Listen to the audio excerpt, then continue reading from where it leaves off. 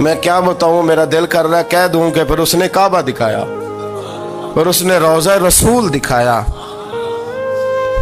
پھر اس نے ریاض الجنہ کے سجدے دکھائے، پھر اس نے اپنے محبوب کے دروازے کی رونقیں دکھائیں، اس نے بڑا کچھ دیا، اس نے بڑا نوازا۔ میرے پاس تو شاید میں بدکار پرانا خادم، کسے در ملی نہ ٹوئی، اے واصف یار نے نظر جو کی تھی، پھر واصف ہی ہوئی۔ یہ تو اس کا کرم ہوا۔ تو یہ وہ کہنے لگا تو اللہ کے نام پہ جان مانگ، میں وہ بھی دینے کو تیار۔ میرے پاس تو شے کوئی نہیں تھی، مجھے تو اپنا پتہ ہے، میں تو کوئی شے نہیں تھا، کچھ نہیں تھا میرے پاس۔ یہ تو ان کا کرم ہے کہ رخ ان کا ادھر ہے، اور مختصر سی میری کہانی ہے، یہ جو بھی ہے ان کی مہربانی ہے۔ تو وہ کہنے لگا میں بھی کچھ لینے نہیں آیا تھا، تیری آزمائش ہی کرنے آیا تھا، تیری عزتیں بھی سلامت رہیں گی، تیرا مال بھی سلامت رہے گا، تیری شفا بھی۔ اپنی زندگی میں کبھی بھی اللہ کی بارگاہ سے توجہ ادھر ادھر نہ کریں، چھوڑیں لوگ کیا کر رہے ہیں، دنیا کیا کہہ رہی، کبھی بھی اپنی توجہ دائیں۔ ہمارا یہ مسئلہ بن گیا کہ ہماری سیاست ہے، ہماری دنیا داری ہے، ہم بندوں کو راضی کرنا چاہتے ہیں، ہم دیکھتے ہیں کون کس طرح، اور آپ یقین کریں آپ تھک جائیں گے، بندے راضی نہیں ہوں گے، وہ نہیں راضی ہوتے۔ آپ ان کو منا کے لائیں گے تو ادھر والے نکل جائیں گے، ادھر کو منائیں گے تو ادھر والے نکل جائیں گے۔ اس چکر سے باہر آئیں، اس رب کو راضی کریں جو فرماتا ہے ان الذین آمنوا وعملوا الصالحات سیجعل لهم الرحمن ودا۔ فرمایا تو ایمان لانے کے بعد نیک عمل کر، میں لوگوں کے دلوں میں تیری محبت پیدا کر دوں گا۔ رحمان لوگوں کے دلوں میں محبت ڈال دے گا، اللہ لوگوں کے دلوں میں۔ اپنی نظر ہمیشہ اپنے رب پہ رکھیں، اتنی لمبی چوڑی دنیا داروں سے امیدیں نہ وابستہ کریں۔ میں نے دیکھا ہے لوگ کاسا لیسی کرتے ہیں، کبھی اس کے دروازے پہ کبھی اس کے دروازے پہ۔ ان چکروں سے باہر آئیں اور اپنے رب کی بارگاہ کی طرف توجہ کریں، استغفار شوق سے پڑھا کریں، اور اکیلے میں نا، اکیلے میں۔ حضرت رئیس المتکلمین مولانا نقی علی خان صاحب رحمۃ اللہ نے لکھا ہے کہ فرعون 500 سال حکومت کر گیا، یہاں تو 5 سال کی حکومت کی پیر لڑکھڑاتے ہیں، 500 سال۔ فرماتے اصل وجہ یہ تھی کہ دنیا جب سو جاتی تھی نا تو اوپر چادر لے کے تو مسلح پہ بیٹھ جاتا تھا، اور ہاتھ باندھ کے کہتا تھا رب تو ہی ہے، میرا پردہ نہ کھولنا، مالک تو ہی ہے، کرم نوازی کرنا، میری پکڑ نہ کرنا۔ وہ بے ایمان ہو کے اگر 500 سال ہاتھ باندھے تو گزارا کر لیتا ہے، تو ایماندار ہے۔ پر مسئلہ یہ ہے کہ تو رات کو بکل مار کے ہاتھ نہیں نہ باندھتا، تو منت نہیں کرتا، تو استغفار نہیں کرتا۔ توبہ کریں تو بچے رہیں۔ وہ اتنی لمبی حکومت کر گیا چونکہ رات کو کہتا تھا مالک رب تو ہی ہے، لیکن مہربانی فرما، میری پکڑ نہ فرمایا، تو اللہ نے تو اس کو مہلت دے دی۔